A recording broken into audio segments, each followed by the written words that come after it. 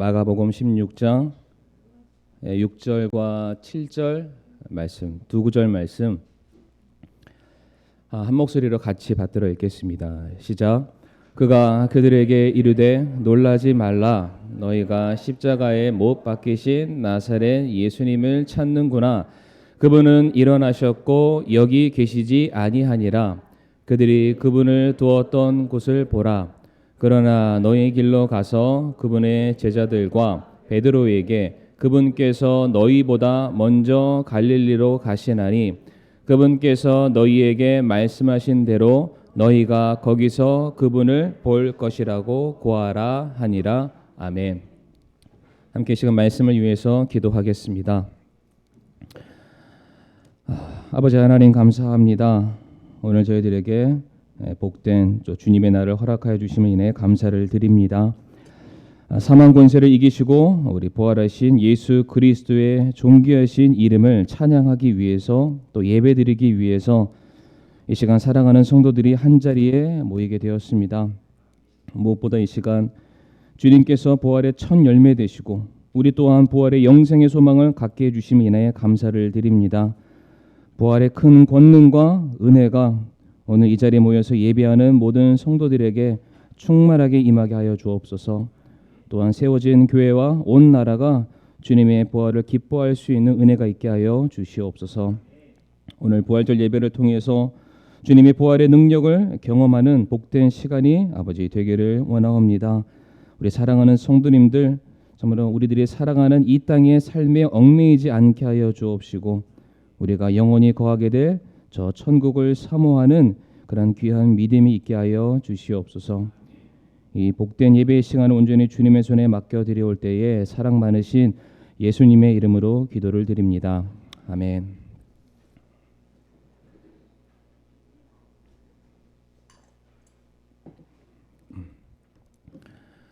오늘은 마가복음 16장 6절부터 7절까지 말씀을 통해서 부활이 주는 메시지라는 제목으로 함께 우리 성도님들과 은혜를 나누기를 원합니다. 사랑하는 성도님들, 예수님께서는 부활하셨습니다.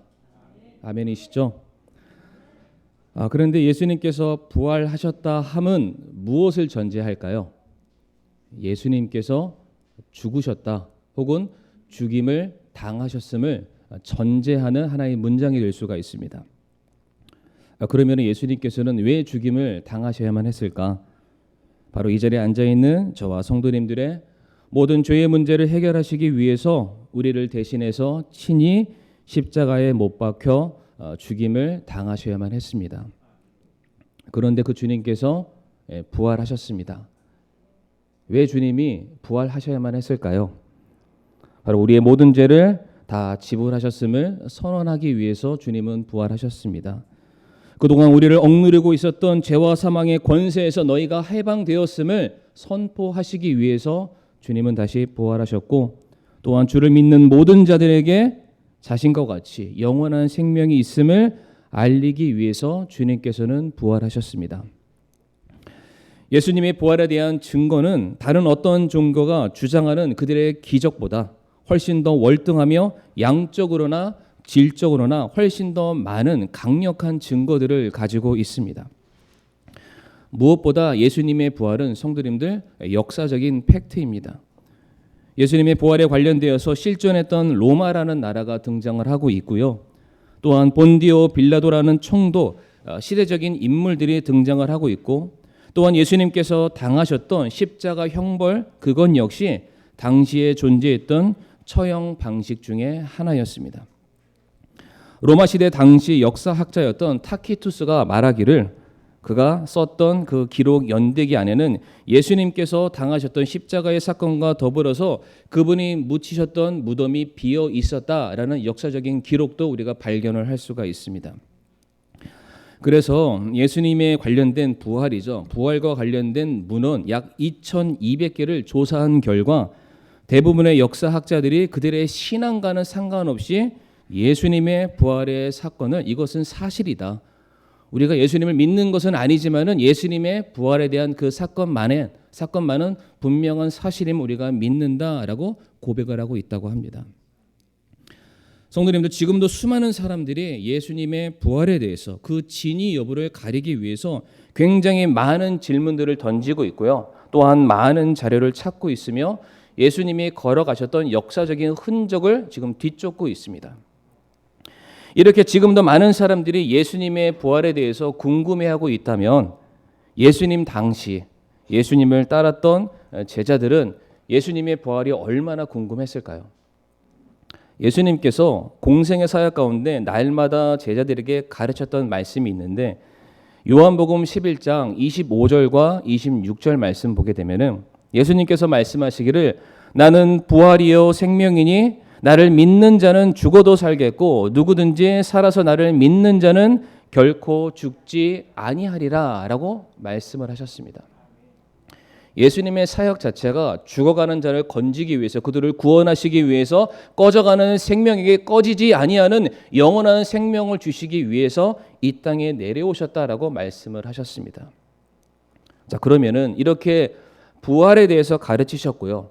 또한 부활의 권능을 행하셨던 예수님, 심지어 이 요한복음 11장 25절과 26절의 말씀을 선언하시고 난 그 이후에 예수님이 어떠한 이적을 보이셨냐면 죽은 나사로를 살리시는 이적을 보이셨습니다.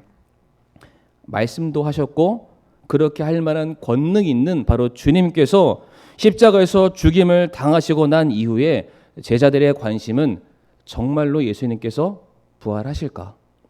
예수님께서 말씀하신 그대로 다시 살아나시는 것이 분명한 것인가? 그들이 궁금해하지 않을 수가 없었습니다. 그런데 우리가 성경 말씀을 읽다 보면은 대부분의 많은 사람들, 특별히 주님을 따랐던 제자들의 모습을 바라보게 되었을 때에 그들은 예수님의 부활에 대해서 정확하게 인지하지 못하고 있었습니다. 그러니까 언젠가는 우리가 천국을 가게 될 것이고 그때 부활할 것은 알고 있었지만은 그 부활이 그들이 살아가고 있는 현 시간에도 동일하게 적용되는지에 대해서는 그들이 확신하지 못하고 있었습니다. 그래서 오늘 우리가 읽었었던 이 마가복음 16장의 말씀을 보게 되면은 예수님께서 십자가에서 돌아가시고 난 그 이후에 예수님께서 무덤에 묻히게 되었을 때에 그 예수님을 애도하기 위해서 여인들이 무덤을 찾아가게 됩니다. 이 여인들이 무덤을 찾아갔을 때에는 예수님의 부활하심을 믿고 확신하는 가운데 간 것은 아니었습니다. 다만 그들의 슬픔을 지우기 위해서 주님을 사랑하는 그들의 마음을 보이기 위해서 찾아가게 되었었는데 결과가 어떻습니까? 그들이 찾아갔던 예수님의 무덤이 비어 있었습니다. 다시 말해 예수님이 부활을 하시게 된 것입니다.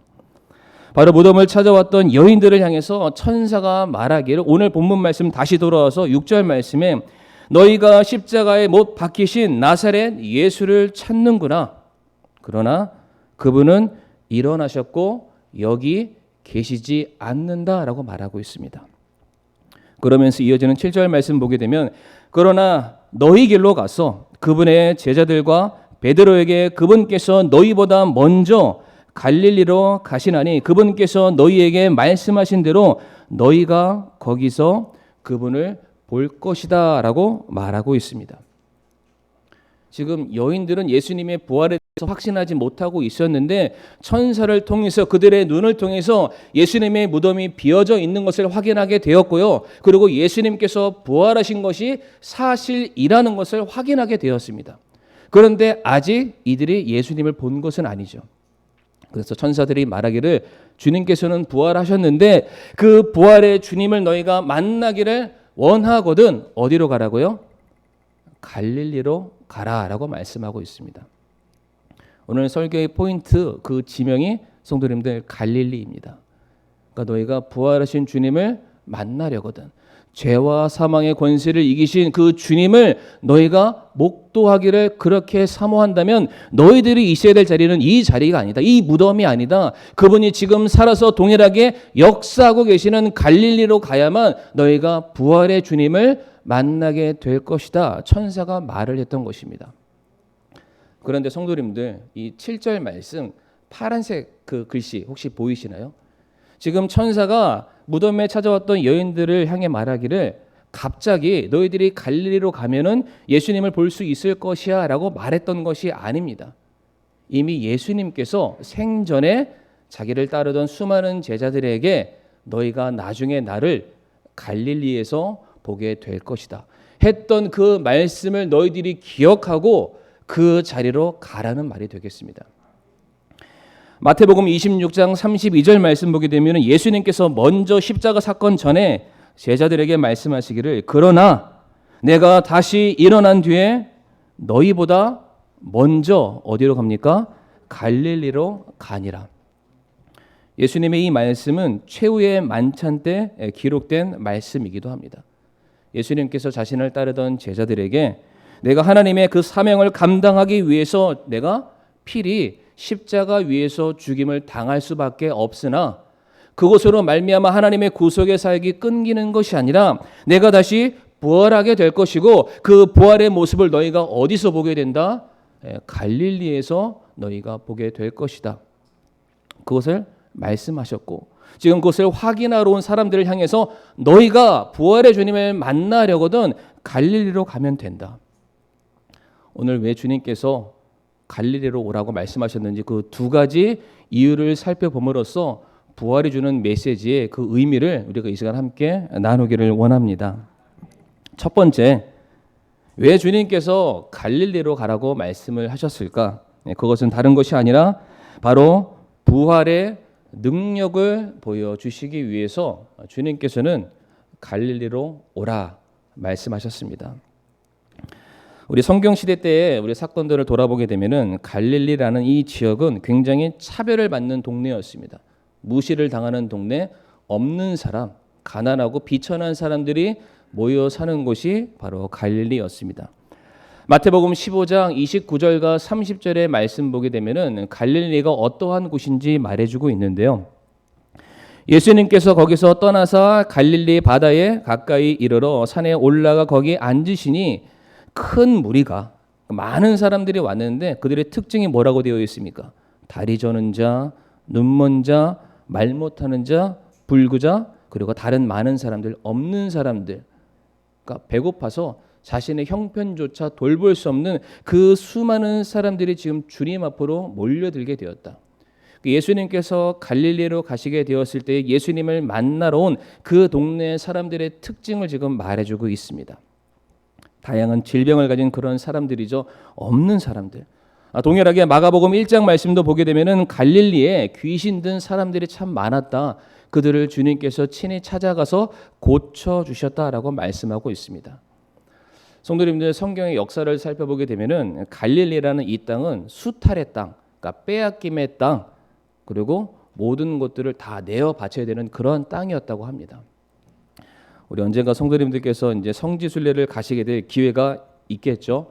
근데 이제 갈릴리 바로 그 동네에는 이제 갈릴리 호수가 있습니다. 디베레아 바다 뭐 같은 말인데, 그러니까 실질적으로 그곳을 가게 되면은 굉장히 풍요롭습니다. 모든 것들이 정말로 곡창지대이죠. 그러니까 유대 땅을 보게 되면은 거기 안에는 광야도 있고 굉장히 척박한 지역도 있지만은 갈릴리 바다를 중심으로는 농사가 굉장히 활성화되어 있는 그러한 장소입니다. 그러니까 먹고 사는데 전혀 지장이 없는 그런 곳임에도 불구하고 왜 그곳이 수탈의 땅, 없는 사람, 가난한 사람들의 땅이 될 수밖에 없었냐면은 대부분의 농작물들은 있는 사람들에 의해서 빼앗김을 당하거나 로마에 의해서 바쳐야 될 세금으로 쓰이게 되었다고 합니다. 그러니까 거기에 사는 모든 사람들은 나라에 바치는 자기가 섬기고 있는 주인을 위해서 일하는 노예요, 종에 불과한 그런 사람들만 그 풍요로운 도시 가운데 그들이 하루하루를 살아가고 있었다는 뜻이 되겠습니다. 그래서 요한복음 1장 46절 말씀 보게 되면 오죽했으면은 나사렛에 무슨 선한 것이 나겠느냐라는 말씀이 있잖아요. 그런데 나사렛이 어느 지역 안에 포함되어 있냐면은 바로 갈릴리라는 지역 안에 포함되어 있는 동네이기도 합니다. 다시 말해 성경에서는 못 사는 동네, 가난한 동네, 소외당하고 빼앗기고 버림받은 바로 그 지역을 갈릴리라고 대표적으로 말씀하고 있습니다. 그런데 성도님들, 바로 부활의 주님께서 어느 곳으로 찾아가셨습니까? 갈릴리로 가셨습니다. 왜 가셨을까요?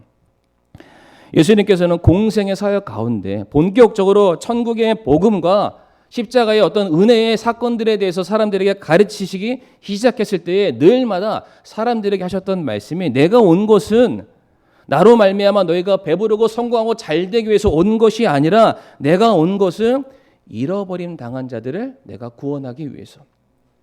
생명을 잃어버린 사람, 인생을 잃어버린 사람, 삶의 목적을 잃어버림 당한 사람들을 건지기 위해서 내가 왔고 내가 온 것은 병든 자를 고치기 위해서 왔다.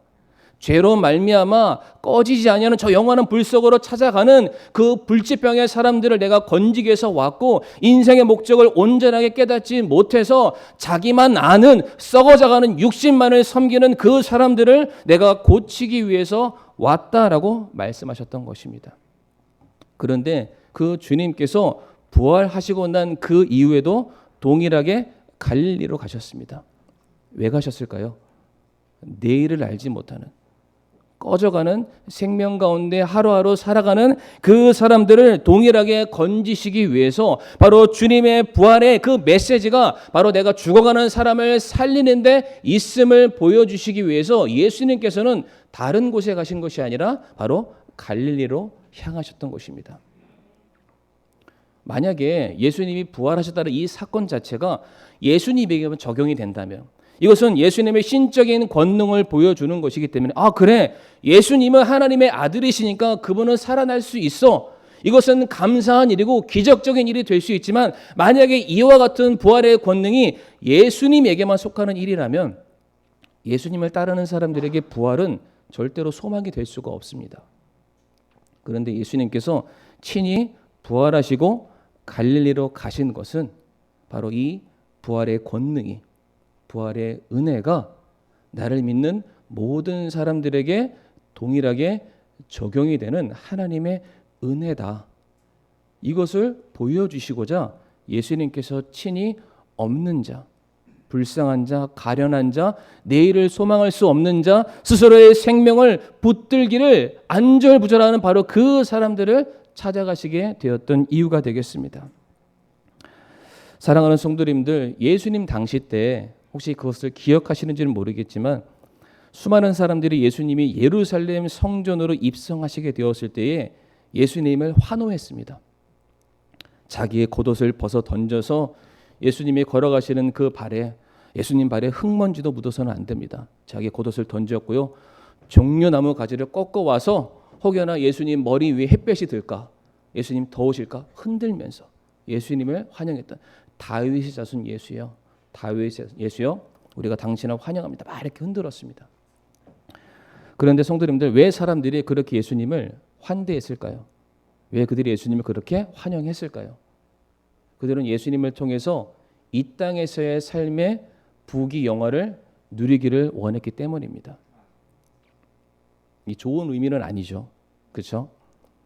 그들이 살아가면서 예수님을 통해서 그들이 부족한 것을 채우고요. 예수님의 이름으로 인생에서 성공하고 예수님의 이름으로 아픈 것이 고침을 받고 가문이 잘 되고 자식이 잘 되고 이런 것만 바랬던 것입니다. 그러니까 예루살렘의 왕으로 오신 분이 내 인생 그 정도는 책임져 주지 않겠어? 그러한 생각으로 예수님을 맞이했던 것입니다. 그런데 예수님께서 그 무리들을 바라보시면서 요한복음 6장 말씀 보게 되면 내가 온 것은 너희들의 배를 불리기 위해서 온 것이 아니다. 나는 썩을 양식을 위해서 온 것이 아니라 나는 하늘로부터 내려온 살아있는 빵이니 사람이 이 빵을 먹으면 영원히 살리라. 내가 주고자 하는 빵은 곧 세상의 생명을 위해 내가 주고자 하는 내 살이다. 너희가 나를 믿고 나를 영접해야만 너희가 영원히 사는 은혜를 누리게 될 것이다.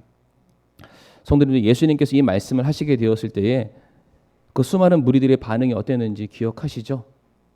다 떠나갔습니다. 다 떠나갔습니다. 그때 예수님께서 자기 제자들을 바라보시면서 하셨던 말씀이 있죠. 너희도 나를 떠나려느냐.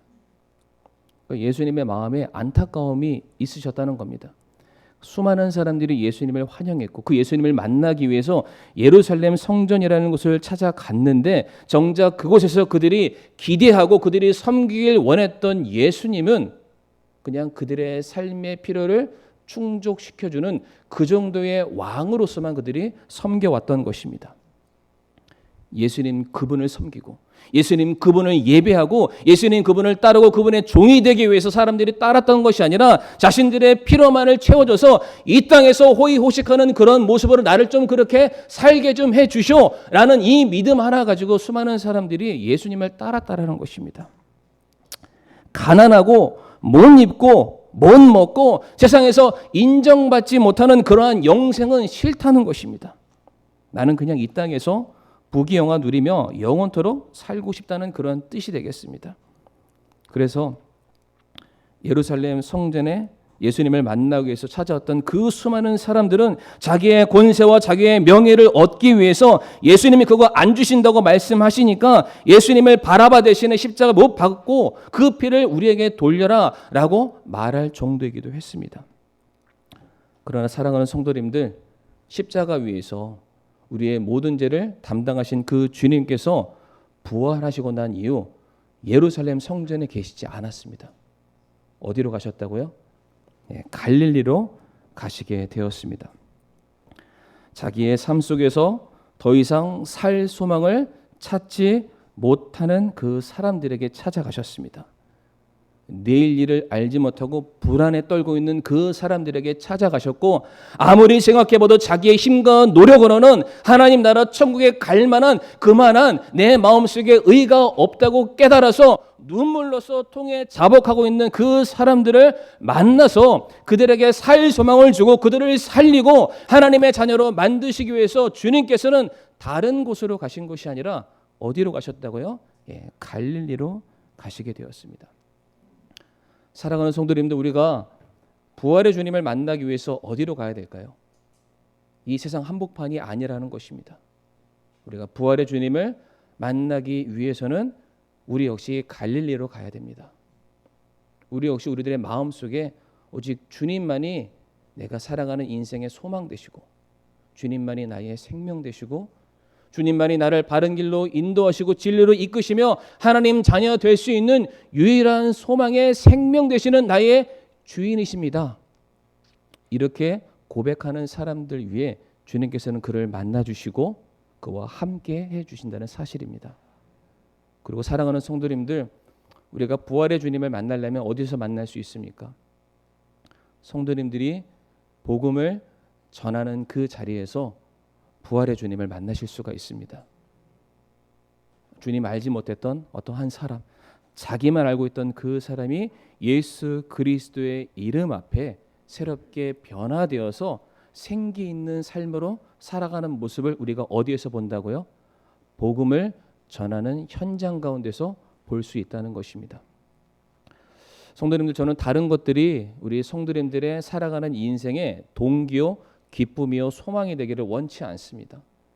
우리가 복음을 전하는 그 일로 말미암아 내 앞에서 꺼져가는 생명이 예수 그리스도의 이름으로 말미암아 새롭게 변화되는 모습을 바라보는 것, 그것이 이 자리에 앉아 계시는 우리 모든 성도님들의 소망이요 기쁨이 되기를 간절히 바랍니다.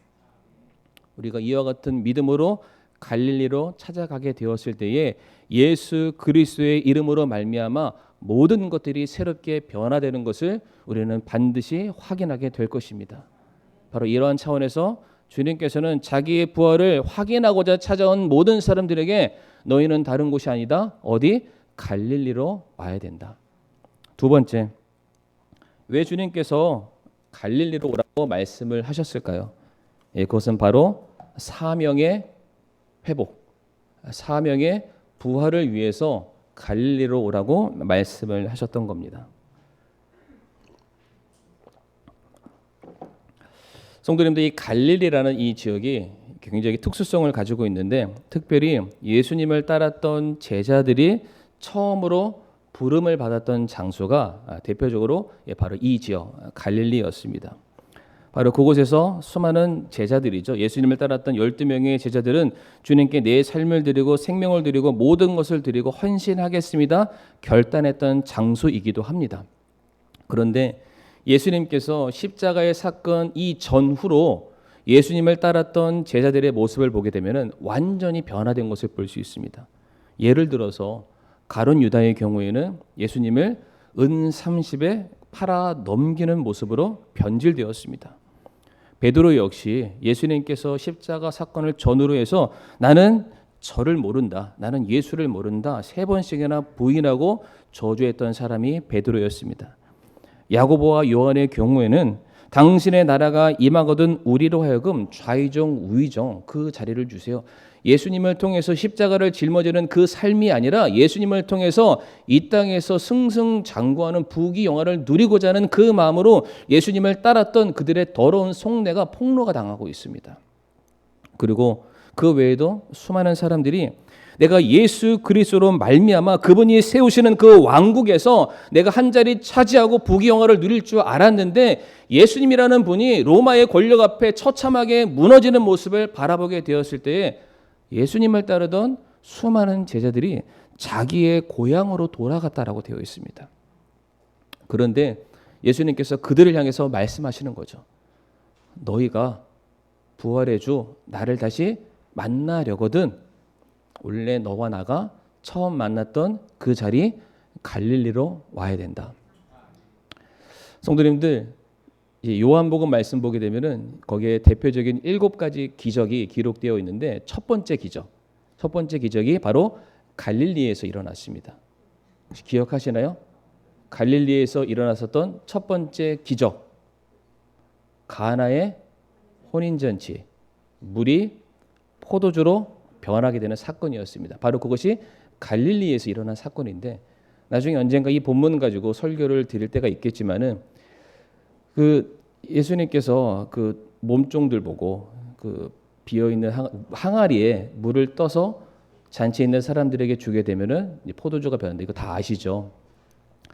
그런데 제가 자료를 보니까 이 항아리에 들어 있는 이 물은 그러니까 정결예를 위해서 이게 담아 놓은 물이라고 합니다.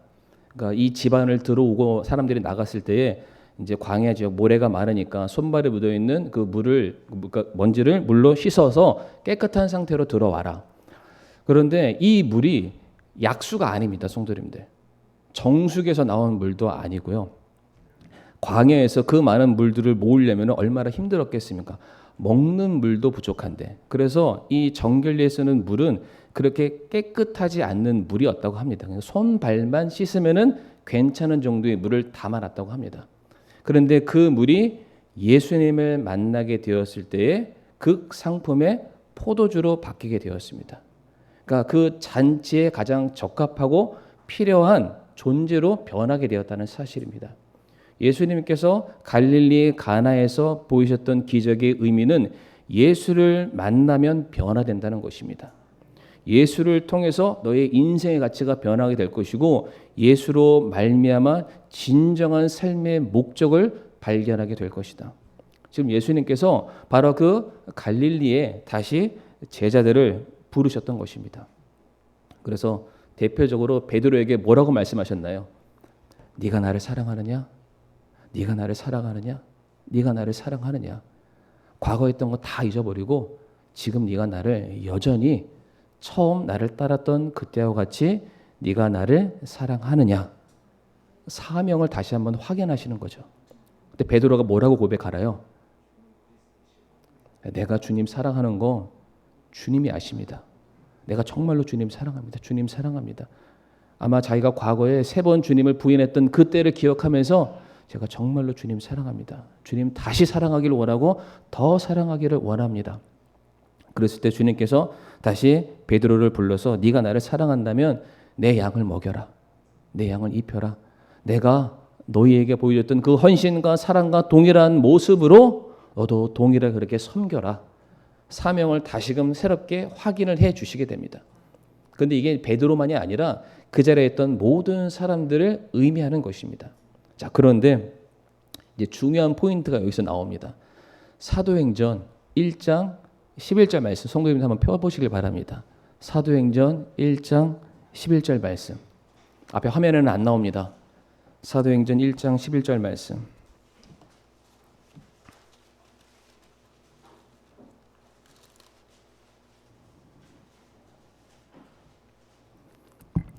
제가 한번 읽어보겠습니다. 또 그들이 이르되 뭐라고 되어 있네요? 너희 갈릴리 사람들아, 너희가 어찌하여 서서 하늘을 바라보느냐. 성도님들, 여기서 나온 이 갈릴리 사람들이라는 것은 거기에 있는 사람들의 출신이 갈릴리 출신이기 때문에 이 말씀하시는 게 아닙니다.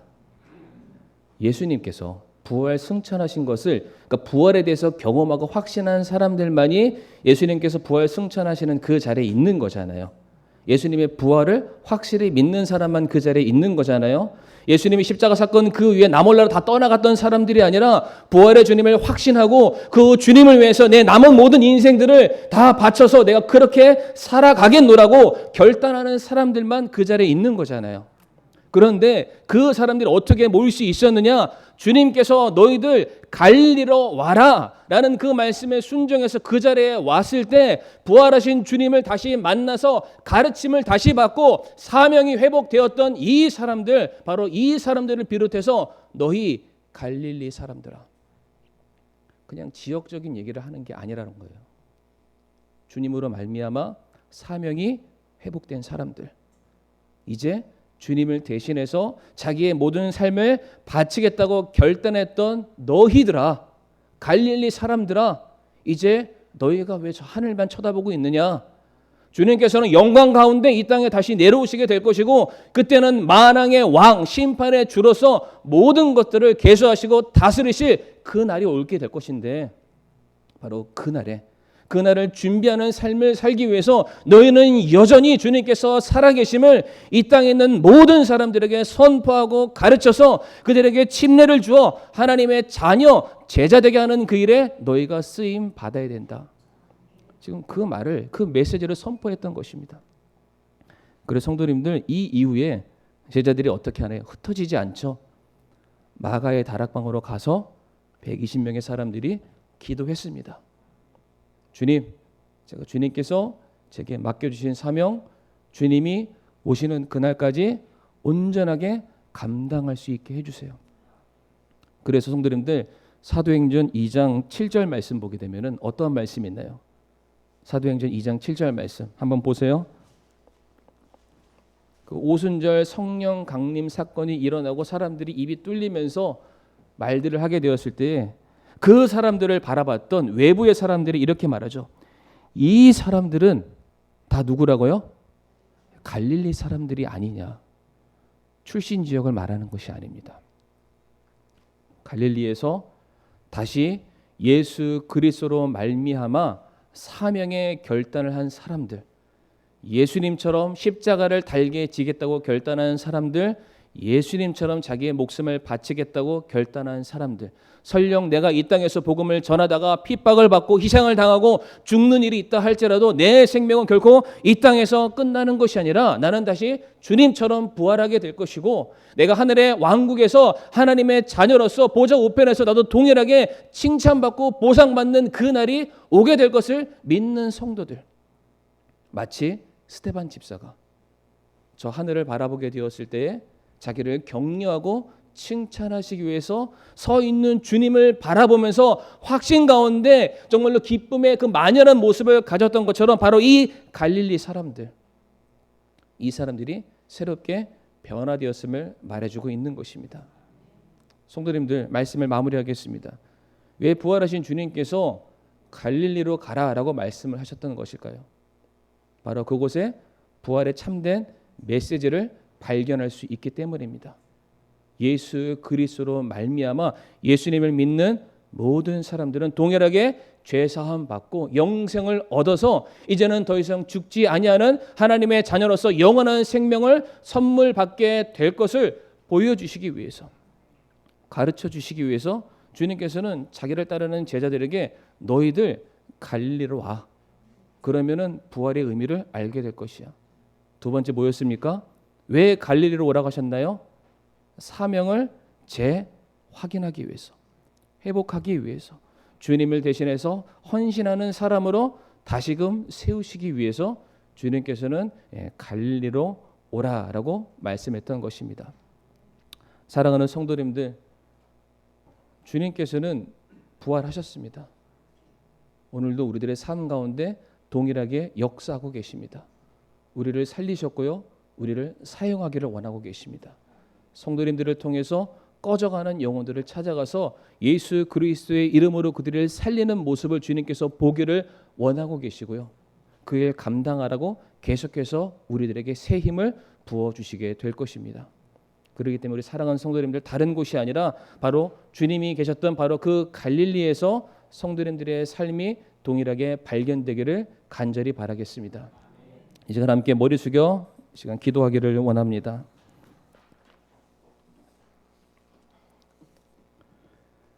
이 시간 우리가 초청을 하면서 말씀을 드리고 싶은 것은, 혹시 아직 이 자리에 내가 예수 그리스도를 내 개인의 구주로 영접하지 않았기 때문에 저에게는 부활의 소망이 없습니다. 제가 어떻게 하나님 나라 천국에 갈 수 있을지조차 제가 알지 못합니다. 제가 예수님을 제 마음의 구주로 영접함으로 인하여 제가 정말로 하나님의 자녀가 되길 원하고 영생을 소유하길 원하고 동일한 부활의 소망을 얻기를 원합니다. 제가 그렇게 되기를 원합니다. 구원받기를 원합니다. 혹시 그런 분 계십니까? 그러면 오른손을 들어 표해 주시면은 저희가 상담해 드리도록 하겠습니다. 네, 언제라도 좋습니다. 주님께서 우리를 부르실 때, 말씀이 우리 귀에 들려올 때 꼭 주님을 만나시고 구원받는 그런 귀한 일들이 있기를 간절히 바라겠습니다. 이 시간 성도님들, 우리가 구원받아 하나님의 자녀로서 나의 삶이 정말로 더욱더 주님께 귀하게 드려지기를 원합니다. 쓰임받길 원합니다. 정말로 내 삶이 새롭게 변화되기를 원합니다. 우리가 그러한 신앙의 고백을 이 시간 잠깐 머리 숙여 우리가 함께 기도하기를 원합니다.